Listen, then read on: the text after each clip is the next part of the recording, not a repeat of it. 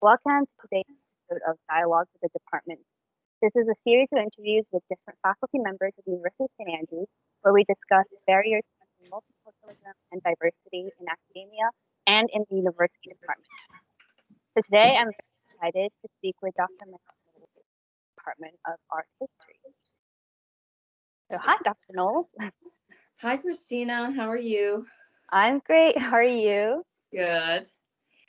So I am Dr. Marika Knowles, and I'm a lecturer in the School of Art History at St Andrews, and I am also the Equality, Diversity, and Inclusion Officer in the school, and I specialize in French art. Okay, that's great. We'll start, I guess, with a more general question about diversity and stuff. So what is your take on the current conversations around diversity within educational curriculums and in universal faculty members around the world, basically? I think that it's really great that we're having these conversations, and it is, I think it's something that has been going on in academia for quite a while, actually. Definitely, at least since I started graduate school in 2007, these issues have been kind of circulating in academia, and art history itself has been moving towards a more sort of global reach, which is one of the ways it's described. But I think it's really a great thing that we are kind of trying to re-examine the field and to sort of just ask, what are the narratives that we're telling, and what narratives can we kind of include that have been excluded in the past. So do you think it's becoming more part of a mainstream narrative now, especially after what happened in America this year? Do you think that's affecting the changes that are being made, and especially how fast they're being implemented, maybe like in St. Andrews or in general? I think that a lot of this larger things that you see happening in St. Andrews in terms of decolonizing the curriculum, a lot of this started before what happens this summer. Mhm. One thing to kind of keep in mind is that progress at the institutional level unfortunately can't be sort of instantaneous. And so a lot of the things that we're seeing now are things that were put in place over the past couple of years. Mhm. So I think that perhaps there is a kind of renewed sense of urgency about addressing these issues, but it's certainly something that has been going on and has been in progress for a couple of years. So I'm thinking in particular of something like the whitewashing the curriculum project, that I think is being led by, no, I'm sorry, it's not being, it's Jasmine Hines is leading a project to kind of audit the curriculum for questions of diversity. And that is something that has definitely been in the works for quite a while. So, yeah. So what are your opinions on the concept of decolonizing the curriculum, particularly in a school like St. Andrews, where it's quite old, and the Faculty of Art History has been called, is very traditional and quite conservative. So do you think it's possible to fully decolonize a curriculum like this? Yeah, I definitely think it is. And, I would also sort of defend our faculty. The perception that we are a kind of conservative faculty is I think maybe not exactly correct. We have already made a lot of efforts to decolonize the curriculum and introduce more sort of diverse perspectives and reflect what's going on in the field. Um, so yeah, I think it's definitely possible to decolonize, and I think that it's also important to continue to do the things that we have been doing. Decolonizing means kind of incorporating a lot of different perspectives, including some of the perspectives that have already been part of our curriculum for a long time. Mm-hmm. So yes, I definitely think that it is possible and that it is an ongoing project that we're working on. Mm-hmm. So, as you've mentioned, you're the Equality, Diversity, and Inclusion Officer of the School of Art History. So, can you speak more specifically, if it's possible, on any of the steps that are being taken right now to decolonize the curriculum? Yeah, definitely. I mean, so we have an ongoing project, which is the rewriting of the first and second year sub-honors modules. Mm-hmm. And Dr. O'Rourke was in charge of rewriting the first year module, and that sort of debuted last year. So students who took the first year module last year will have been introduced to this kind of new curriculum, which is basically sort of based around trying to, decolonize is a really good word actually in this particular case, because it is about showing the broader connections between Europe and the world in this period. So in the early modern period. So thinking about, what were the connections between European countries and colonies, or if not colonies, what were the connections between European countries and Asia, and in particular Asia and India, and those other parts of the world that were not traditionally included in that curriculum. So Mm-hmm. it's about kind of drawing attention to these networks, to the sort of interconnectedness of world history or global history, really, throughout the early modern period, while at the same time respecting the specialties that our lecturers have. I think Mm-hmm. that one of the most important things is we don't want to rush to decolonize and then end up having people who aren't experts on what they're talking about, talking about these things and maybe kind of mishandling them. So we have to kind of speak from our own expertise in order to really respect the art and and other cultures that we may not be intimately familiar with. Mm-hmm.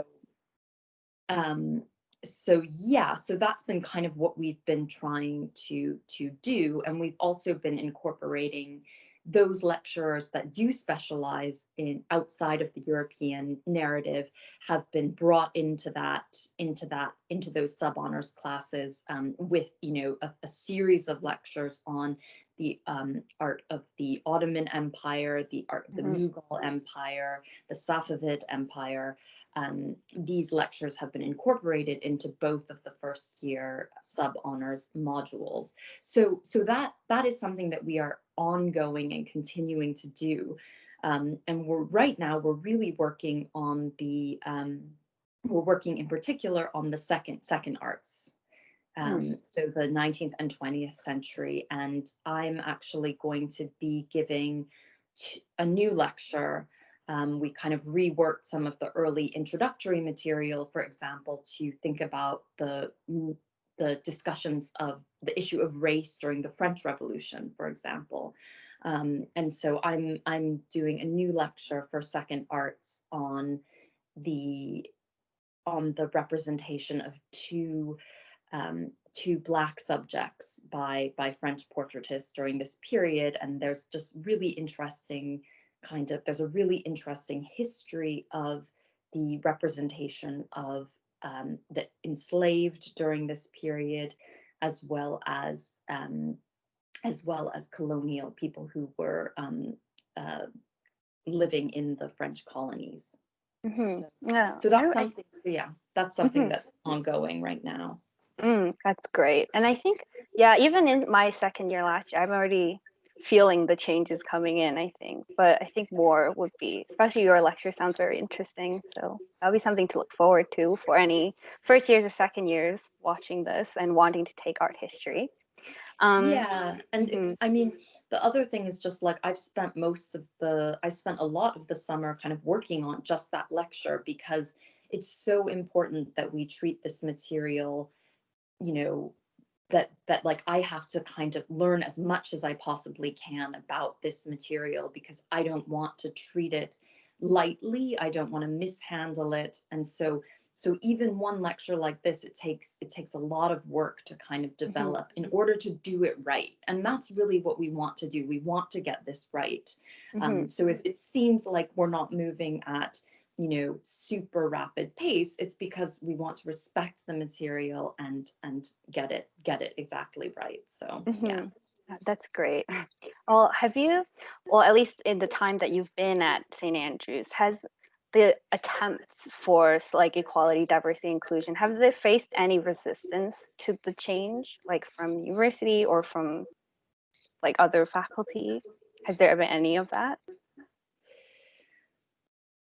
No, I don't think so. I mean, I think there's, you know, a lot of kind of openness to making this happen. The only kind of question is, you know, is basically how to make it happen. And one kind of difficulty that we're facing is simply that we need to both respect the faculty that we have and try to kind of, basically we need more people to work on this.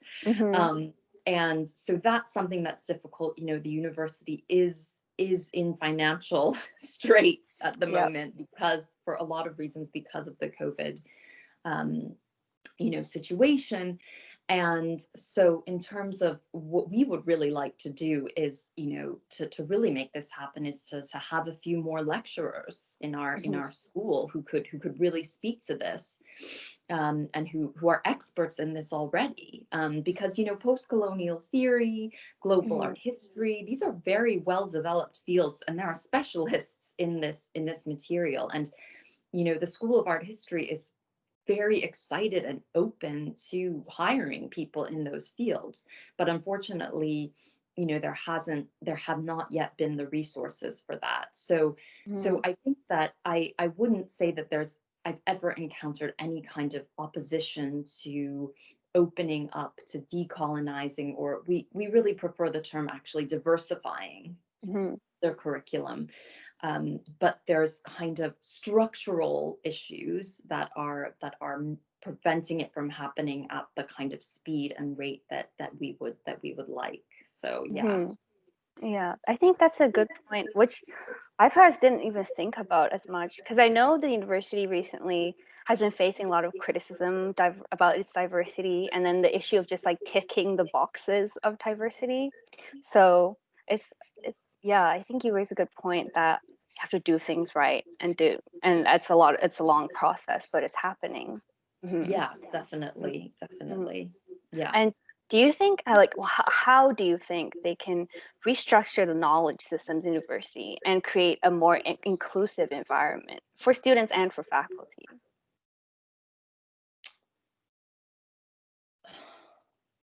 Well, you know, I do think it is a question of sort of having more lecturers, more courses, more people who are working on this material. I think that the university really needs to invest more in expanding its faculty, frankly, because again, you know, what we have is we have a really strong faculty that's open to many different approaches, but we don't have all of those approaches represented on the faculty itself. So that's going to be key. I think that, you know, the university is doing what it can with what it has now, but more resources need to be devoted to hiring more people to work on this and do this, hiring more specialists, while also, you know, again, sort of respecting the kind of diversity and quality of the existing sort of team. So I don't think it's necessarily a good idea to ask that all of the lecturers who are currently on staff transform themselves into experts in post-colonial theory or diversity, or diversification rather of the curriculum.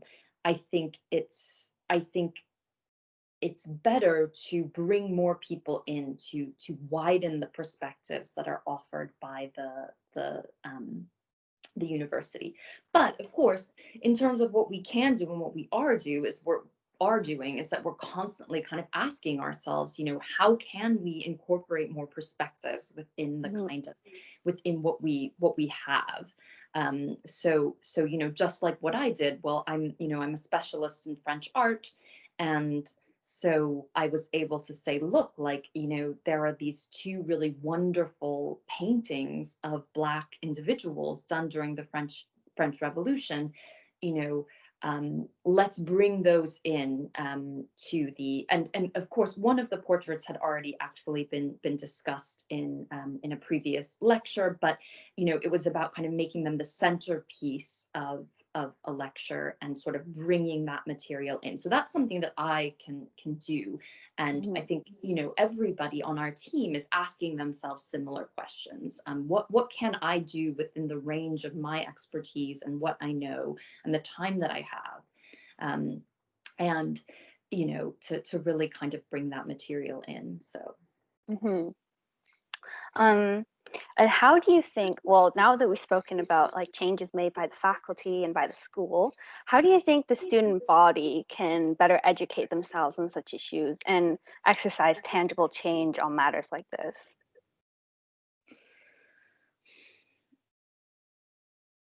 I think that the students are already doing a pretty good job. Sort of in terms of kind of, I have heard from students, there are some very sort of vocal student groups, and what that's reflecting is that a lot of students are really aware of these conversations, and they're wanting to kind of bring them into the curriculum. And I think that's really great. I think what students can try to do is to kind of really try to sort of follow these debates maybe in a more granular way as they're unfolding in the fields that the students are studying. So there's quite a lot of literature in art history about decolonizing art history, and one thing that one kind of concrete thing that we've done is we're starting up. We haven't yet started, but we're starting up a curriculum, a committee on the diversification of the curriculum, on the development and diversification of the curriculum. And one thing that committee wants to do is to create a kind of resource list for these kind of sources on what are some of the efforts to decolonize art history, what can so that students can kind of look at and access and educate themselves about these debates. Also, it's really important for students to also think a bit more and educate themselves about kind of the workings of a huge institution like St Andrews, which again is, again, revolutionary processes are very kind of difficult and complicated and involve a lot of bureaucracy. And so I think students do need to kind of understand that this is a slow kind of process that we're working so hard to kind of get moving, but the university is a huge institution, so to make changes like this requires a lot of kind of work within these kind of bureaucratic structures. Yeah, and with the Art School of Art History's EDI Committee, is there any points of contact you can provide for any students who want to perhaps voice their opinions or ideas? Yeah, definitely. One thing that the CDDC, the Committee for the Diversification and Development of the Curriculum, one thing that we are planning to do is have open forums at least once a semester for students to come and kind of voice their opinions on this. Mm-hmm. So that's something that hopefully we'll be able to start this semester. But you know, kind of open conversations about that. Mm-hmm. And you can find out more information about that on the EDI page of the School of Art History website. Mm-hmm. And we are also seeking, you know, in addition to having open forums, we're looking into, you know, the formation of a committee that includes student members as well. And so there is a kind of call for participation in Mm-hmm. that on the EDI page. So yeah, I Mm-hmm. really welcome students kind of reaching out to me or reaching out to the EDI officer, and which at the moment is me, and voicing their kind of concerns and asking about how they can kind of get involved. Mm-hmm. That's great. Okay. Another question more personally about you, and perhaps to any incoming or current BAME students in the School of Art History, about like the experience as a BAME academic in art history. Do you think your experience has ever been impacted by your race and, you know? So I saw that was one of the questions on Mm-hmm. the list that you sent me, and Mm-hmm. I thought about it, and I mean, it's so difficult to say, you know. Mm-hmm. I think, of course, yes. Can I sort of pinpoint any kind of moment, any specific moment? Mm-hmm. No, actually.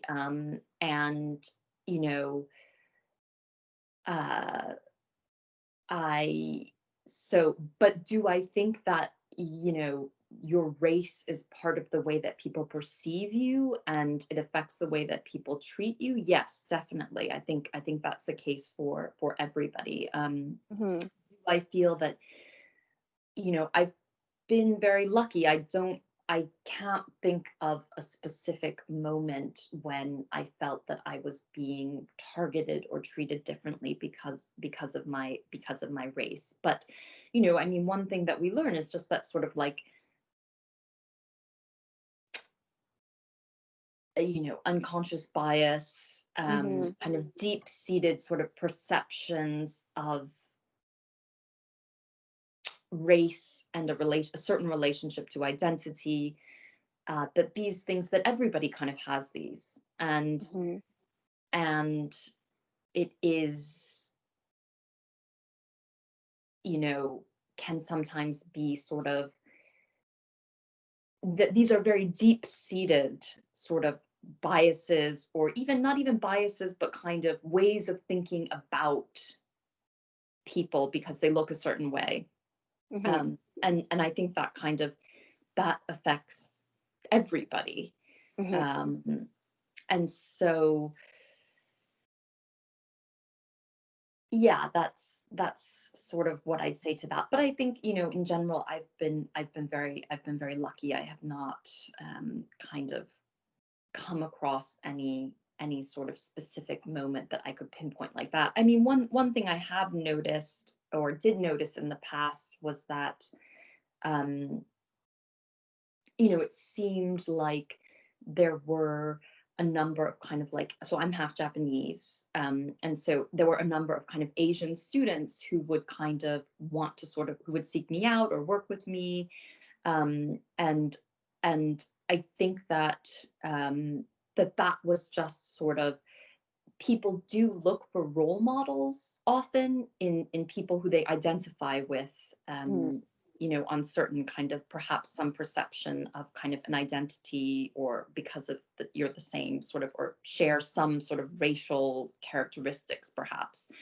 And I thought that was interesting, and you know, I'm always sort of glad to be part of kind of the Asian community, and reach out in that way. So that's the kind of only thing that maybe I've noticed, and if anything, that maybe suggested that people are looking for more role models kind of in their sort of cultural group in that sense. But that's not, but of course that assumes that because people look the same, they share certain cultures and certain characteristics, and that's an assumption that is not necessarily true in many cases. So yeah. Well, that's great that you didn't experience any specific negative things, but I think that's very true. And it's definitely not just for art history, but for academia overall, and as a student experience in general in St. Andrews. That's great. Just one last question about something kind of related, kind of not, but with the current situation and the COVID-19 pandemic, what kind of changes should students be expecting within teaching practices? I think the main thing is just that, there is going to be a lot of remote teaching. And I hope that students can kind of understand and respect that, and understand that this isn't, it's not viewed as an ideal solution in any sense by the lecturers, but it's simply something that we have to do for our safety and for the safety of the larger community. Because I think there is some kind of student frustration that some teaching is not going to be in person and more of it is going to be remote.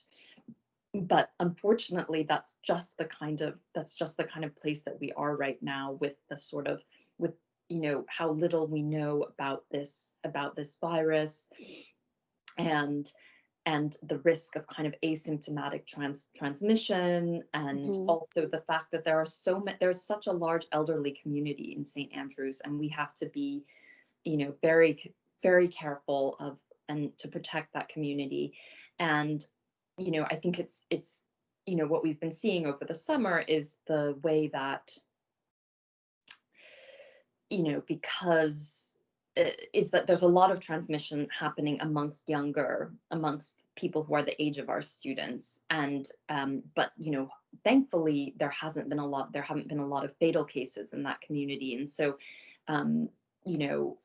it can seem like it's not a real thing, but it very much is, and that's why we're doing remote teaching. And that's why in-person is something that we need to kind of really treat very carefully right now. So I just think that, and I know that not all, some students I talk to are super careful and super, concerned about this situation. And